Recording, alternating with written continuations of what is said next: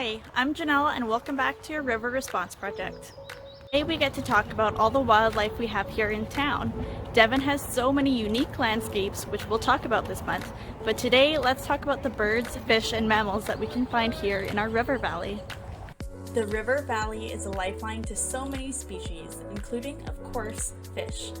In the North Saskatchewan River, we have burbot, goldeye, lake sturgeon, mountain whitefish, northern pike, sauger, and walleye.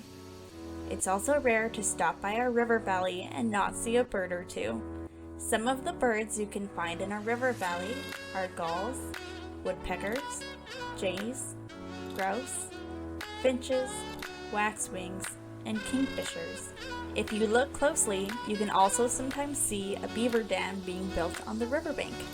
Coyotes, deer, and muskrats also use the North Saskatchewan River for nourishment.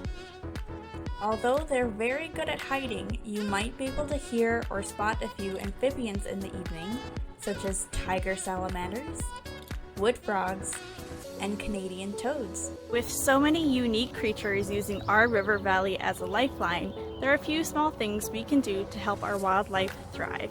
The easiest things we can do is pick up trash so wildlife doesn't get stuck in fishing lines or choke on plastic. We can stay on trails to make sure we're not spooking nesting birds or stepping on wildlife or the plant life that wildlife needs to feed on. There are a few guidelines Alberta has in place for fishing practices, such as being properly licensed and resupplying our rivers and lakes with fish to prevent overfishing. We can also practice social distancing with wildlife at all times to make sure their home environments are feeling safe and untouched. These tiny actions make big differences in preserving one of Devon's most diverse areas.